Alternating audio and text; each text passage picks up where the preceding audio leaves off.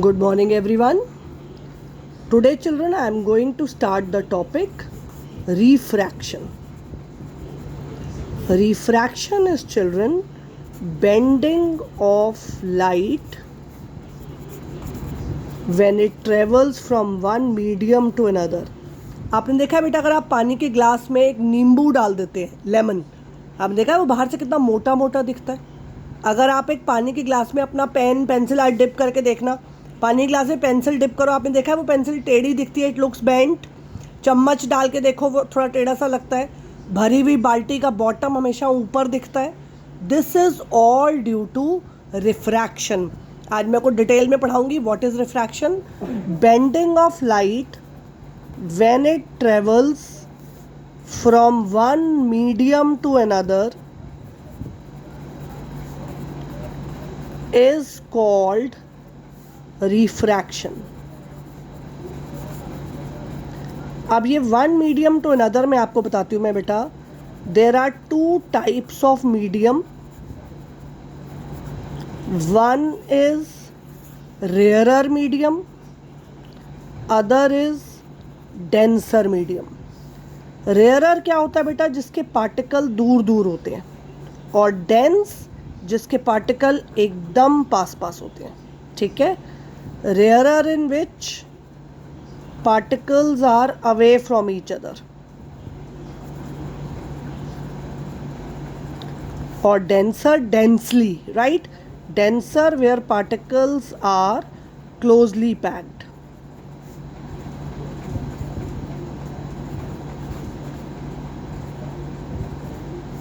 चलिए, तो रेयरर और डेंसर में जैसे मैं आपको बताऊं, फॉर एग्जाम्पल अगर मैं एयर और वाटर को कंपेयर करूं, गैस और लिक्विड, तो जैसे आप मैं उसमें करते हो ना केमिस्ट्री में कि कितने पास पास है मॉलिक्यूल या दूर दूर है, तो एयर रेयरर है, वाटर डेंसर है.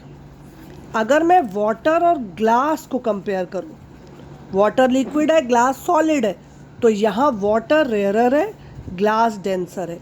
तो ऐसा बिल्कुल ज़रूरी नहीं होता बेटा कि कोई जैसे वाटर है तो जी वो परमानेंटली डेंसर होगा. नहीं, it is always with comparison to something. जैसे एयर और वाटर का कंपैरिजन करती हूँ तो एयर रेयरर है, वाटर डेंसर है. चलिए, अब मैं आपको दो तरह की मूवमेंट्स पढ़ाती हूँ इसमें बच्चे. If a particle, if the ray light is travelling from rarer to denser, तो वो कैसे मूव करती है, और डेंसर टू रेयरर कैसे मूव करती है. I suggest everybody to draw diagrams with me. इस चैप्टर में बेटा 5 नंबर का क्वेश्चन रे डायग्राम ही आएगा. मैं आपको साफ साफ बता रही हूँ. पहला है, when a ray goes from rarer to denser medium, it bends towards normal.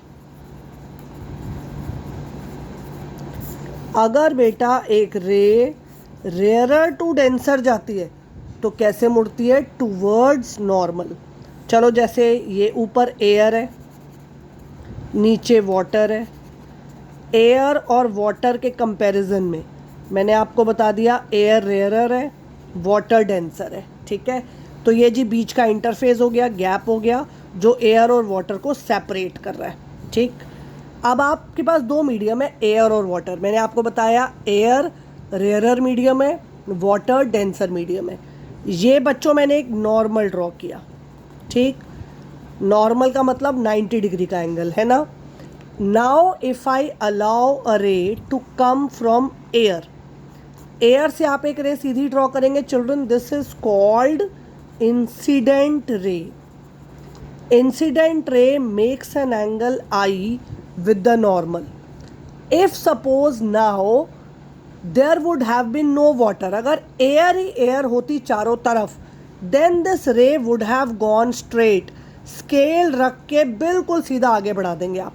लेकिन ऐसा हो नहीं रहा. हो क्या रहा है बेटे? It is going from rarer to denser. Rarer to denser जब भी जाएगी तो it will move towards the normal. ये रहा नॉर्मल. तो हम क्या कह रहे हैं? बजाय सीधा जाने के ये नॉर्मल की तरफ बेंड हो जाएगी. ऐसे bend it like this and this bent ray is called refracted ray, और ये एंगल बनाती है are.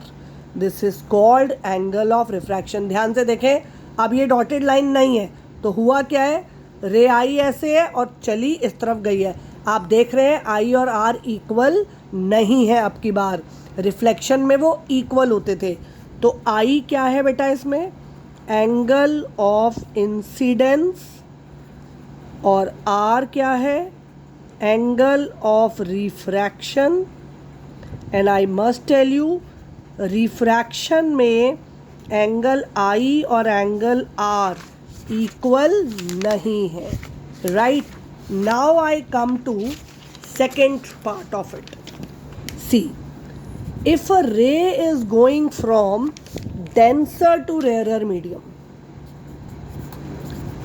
if a ray goes from denser to rarer medium, it bends away from the normal. मैंने आपको पहले क्या कहा था, कहाँ जा रही है वो, towards normal. Now it will go away from the normal. एक वर्ड याद रखेंगे, डेंसर टू रेयरर अवे. मैं बच्चों को इसको याद कराने के लिए हमेशा एक वर्ड देती हूँ कि याद कर लो, ड्रॉन. ड्रॉन माने denser to rarer away from normal. Children you can remember this word. ये याद करने के लिए कि भाई denser to rarer away from normal जाती है तो rarer to denser towards normal जाती होगी. ठीक है बच्चों, आओ समझते हैं diagrammatically. Again I draw children, this is air, this is water. Air और वाटर के कंपैरिजन में आपको पता है एयर रेयरर है, वाटर डेंसर है ना बच्चों. Now I draw a normal. Normal का मतलब 90 डिग्री एंगल. अब बेटा रे इस बार कहाँ से आ रही है, डेंसर मीडियम में. जैसे आपने पानी की बाल्टी के नीचे एक सिक्का रखा है तो इस बार जो ऑब्जेक्ट है वो डेंसर मीडियम में, तो आपकी रे आ रही है डेंसर मीडियम से. यानी वाटर में से रे निकालो, एरो बनाते हैं ताकि आपको पता चले रे कहाँ से आ रही है, कहाँ जा रही है. Children, this is called angle of incidence. Now if there would have been water all around, अगर पानी ही पानी होता तो रे कैसे चले जाती, स्ट्रेट, एक मीडियम में एक जैसी चलती है. लेकिन medium is changed, it is going from water to air, denser to rarer. How it has suppose to be bent, away from the normal. देखो बच्चों, ये रहा नॉर्मल, बजाय यहाँ जाने के ये नॉर्मल से दूर जाएगी. It will bent like this, and this bent ray is called refracted ray, and this is called angle of refraction. Here also you can say angle I और angle R equal नहीं है. Am I clear about both the diagrams? पहले मैंने आपको कहा when a ray goes from rarer to denser it will move towards the normal. अब मैंने आपको क्या कहा है, when a ray goes from denser to rarer it will bend away from the normal. इस पे बेस्ड एक बहुत इम्पॉर्टेंट डायग्राम अक्सर मैं बच्चों को बताती हूँ और बहुत इम्पॉर्टेंट है बेटा. ये है रिफ्रैक्शन थ्रू ग्लास स्लैब. देखो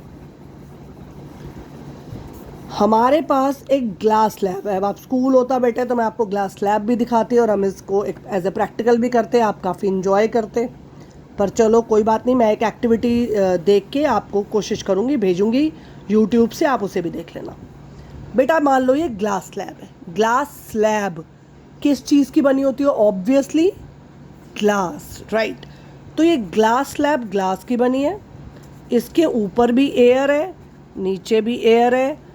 एयर और ग्लास के कंपैरिजन में एयर आपको पता है रेयरर मीडियम है, ग्लास डेंसर है और एयर फिर से रेयरर है. तो अगर मैंने इसको ऐसे रख दिया तो मैंने 3 मीडियम कह दिए, पहले रेयरर फिर डेंसर फिर रेयरर. चलिए सबसे पहले मैंने यहाँ ड्रॉ किया नॉर्मल, राइट. नॉर्मल समझ गए ना बच्चों, किसी भी सरफेस पे 90 डिग्री का एंगल इज कॉल्ड नॉर्मल। अब बेटा आपने एक रे भेजी एयर से, बहुत ध्यान से देखेंगे डायग्राम, और मेरे बनाने के बाद आप कॉपी करके मेरे को स्टडी ग्रुप में भी भेजेंगे। ये जो है this is called incident ray. Incident रे ने नॉर्मल के साथ एंगल बनाया है आई। ठीक बेटा, अगर ये एयर ही एयर होती चारों तरफ और ये ग्लास स्लैब नहीं होती तो ये रे कैसे चली जाती बेटा, बिल्कुल सीधी। स्केल रख के इस रे को एकदम सीधा बाहर निकाल दो, स्केल रखो, एक्सटेंड कर दो, ऐसे बड़ा फुट्टा रख के सीधे। चलिए, लेकिन मीडियम कैसे बदल गया है, rarer to denser. A ray is going from rarer to denser, तो it will bend towards the normal. ये ऐसे मुड़ गई, है ना बच्चों। दिस रे इज कॉल्ड रिफ्रैक्टेड रे, और इसने कितना एंगल बनाया है, आर। याद रखेंगे बेटा, रिफ्रैक्टेड, रिफ्लेक्टेड नहीं है ये। अब मैं क्या पढ़ा रही हूँ, रिफ्रैक्शन। रिफ्रैक्शन का क्या मतलब है, bending of light when it travels from one medium to another. तो आप देख रहे हैं जब मीडियम बदल रहा है तो रे बदल रही है। अब मान लो इस पॉइंट पे पहुंच गए, इस पॉइंट पे पहुंच के बेटा ये कहाँ जा रही है, डेंसर टू रेयरर। कैसे मुड़ेगी, अवे फ्रॉम द नॉर्मल। इस पॉइंट पे फिर से एक नॉर्मल ड्रॉ कर दो, कर दिया। अब ये रे बजाय ऐसे सीधे जाने के, क्योंकि ये डेंसर टू रेयरर जा रही है, कैसे मुड़ेगी, अवे फ्रॉम द नॉर्मल। और जब आप बाहर निकालें ना बेटा, तो मैं आपको बता दूं, बड़ा ध्यान रखें, बाहर ही ऐसी चालाकी से निकालें कि बाहर आने वाली रे इस रे के बिल्कुल पैरेलल आए। ये जो रे बाहर आती है बेटा, इसे कहते हैं इमर्जेंट रे, और ये नॉर्मल के साथ एंगल बनाती है ई, एंगल ऑफ इमर्जेंस। तो आप ध्यान देंगे कि इमर्जेंट रे और जो बिगनिंग से इंसिडेंट रे आ रही थी, जिसे मैंने शुरू में ही एक्सटेंड कर लिया था, वो दोनों आपस में कैसे चल रही हैं, parallel to each other. Right everyone. तो आपने देखा इंसिडेंट रे, रिफ्रैक्टेड रे, इमर्जेंट रे, और इन दोनों के बीच का distance is called D. Parallel लाइनों के बीच का डिस्टेंस हमेशा सेम रहेगा, दिस इज कॉल्ड डी। इसे कहते हैं लेटरल डेविएशन। अभी मैं सारे वर्ड्स लिखूंगी। आपने क्या देखा, ग्लास स्लैब रखने से पहले रे जा रही थी बिल्कुल सीधी ऐसे, ग्लास स्लैब रखने के बाद ये रे यहाँ की बजाय पीछे शिफ्ट हो गई है। ध्यान दीजिए, ये है incident ray.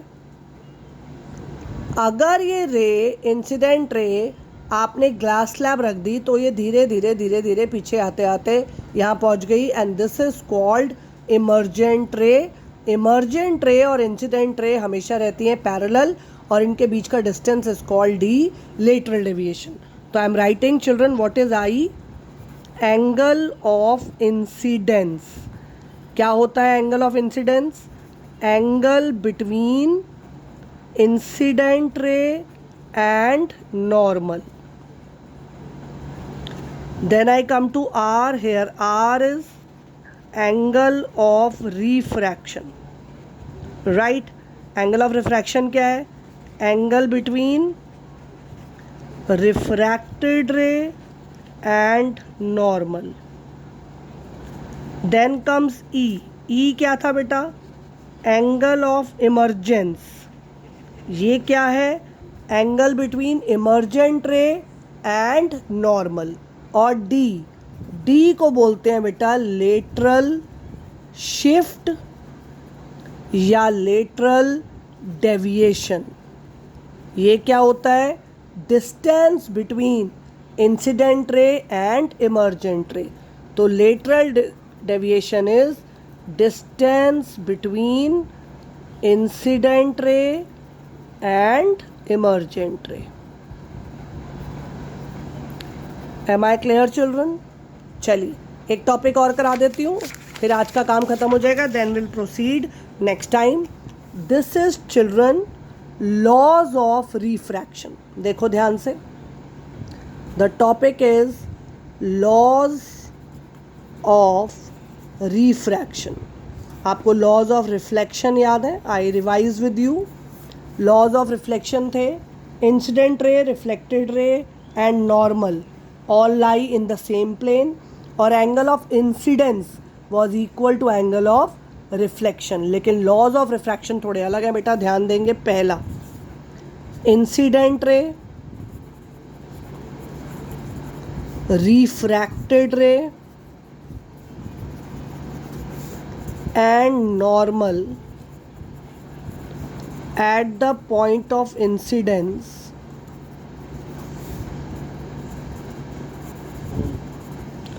all lie in same plane. Second, ratio of sine angle of incidence to sine angle of refraction is always constant। ध्यान दो इस बार, सेकेंड रूल बदल गया। पहले से क्या था याद है आपको, I is equal to R, पर इस बार मैंने आपको डायग्राम्स में भी समझाया कि I और R इक्वल नहीं है। यहाँ क्या है, ratio of sine, sine theta, trigonometry पढ़ी है थोड़ी बहुत, sine I by sine R, वो जो आप टेक्नोमेट्री में साइन थीटा कॉस थीटा करते हैं वो वाला साइन है। तो ratio of sine I by sine R is a constant, और इस कांस्टेंट को बोलते हैं एक खास word which is called N. ये एन है बेटा रिफ्रैक्टिव इंडेक्स, और इस n is equal to sine I by sine R. This is called Snell's law. Okay children, तो आप रिपीट कर रही हूँ लॉज ऑफ रिफ्रैक्शन आपके साथ। Incident ray, refracted ray and normal all lie in same plane. Second, ratio of sine angle of incidence to sine angle of refraction is a constant, sin I by sin R is constant, और sin I by sin R को बोलते हैं n, और n क्या होता है, refractive index. अब मैं आपको एक बार ये ज़रूर बताना चाहूँगी कि रिफ्रैक्टिव इंडेक्स होता क्या है। अगर आप ध्यान से देखते हैं बेटा तो मैं आपको फटाफट समझा देती हूँ। रिफ्रैक्टिव इंडेक्स, पहली बात, refractive index is children ratio of speed of light in air to speed of light in medium। refractive index को लिखते हैं speed of light in air upon speed of light in medium।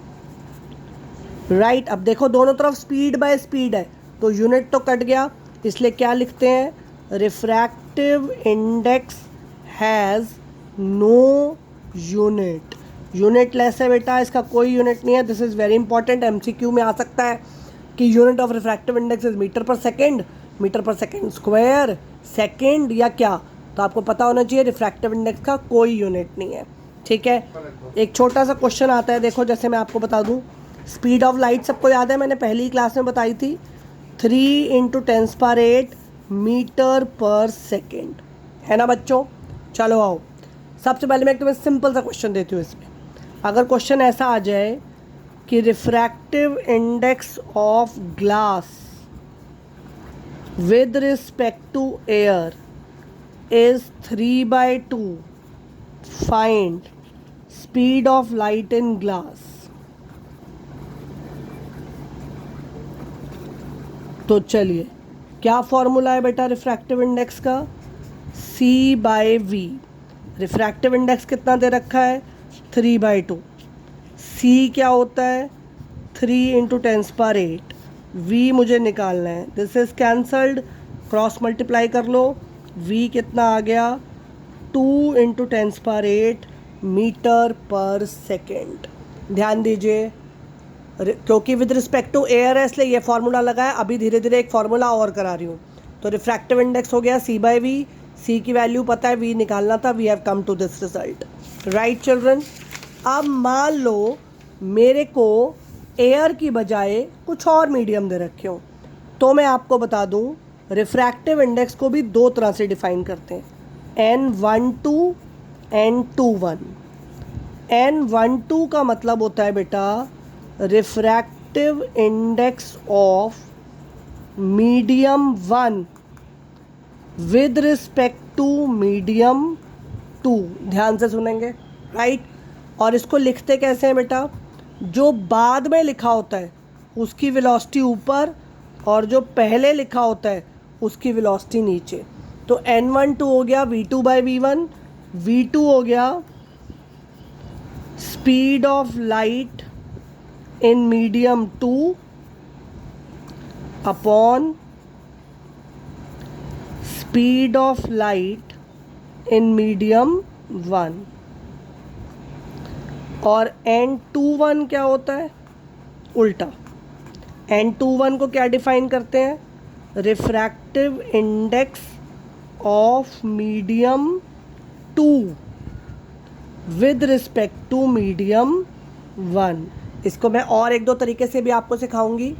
देखो बच्चों ध्यान से, ये जो रिफ्रैक्टिव इंडेक्स है बेटा, क्योंकि मैंने तुम्हें कहा N12 का मतलब है refractive index of 1 with respect to 2। अगर मैं इसे ऐसे पढ़ूँ NGA, इसका पता है क्या मतलब है बेटा, refractive index of glass with respect to air. इसमें G ग्लास के लिए है और A एयर के लिए।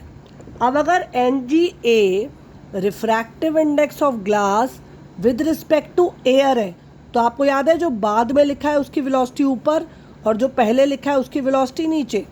तो ये क्या हो गया, velocity of light in air upon velocity of light in glass. अब रिफ्रैक्टिव इंडेक्स में velocity of light in air का सिंबल क्या था, C, और इसका है V।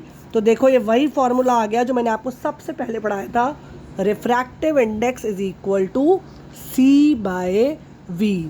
तो कैसा भी क्वेश्चन आएगा we can do this way. ये रिफ्रैक्टिव इंडेक्स जो है बेटा, ये आपको ज़्यादातर बताता है कि मीडियम कितना डेंसर है।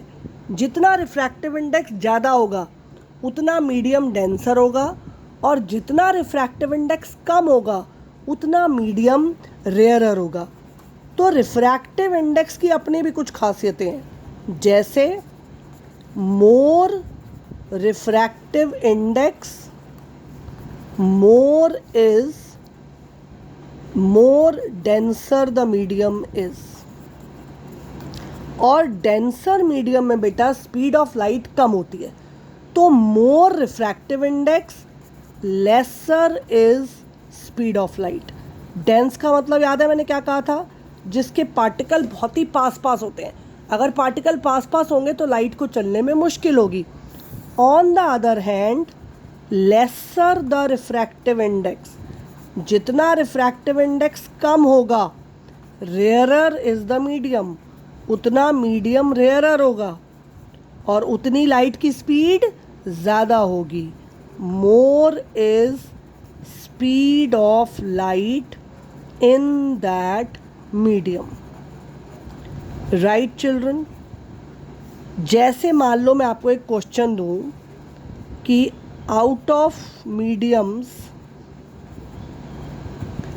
ABCD having refractive indices, index का प्लूरल होता है ये, 1.5, 1.7, 2.1, 2.8, इन सब का ये रिस्पेक्टिवली। पहला, विच medium is most denser,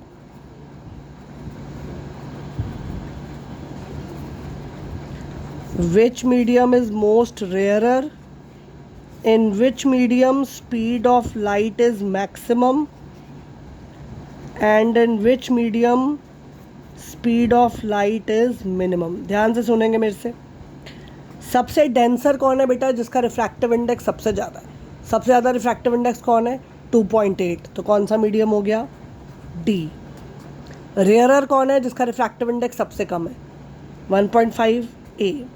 maximum speed किस में होगी, रेयरर में, A।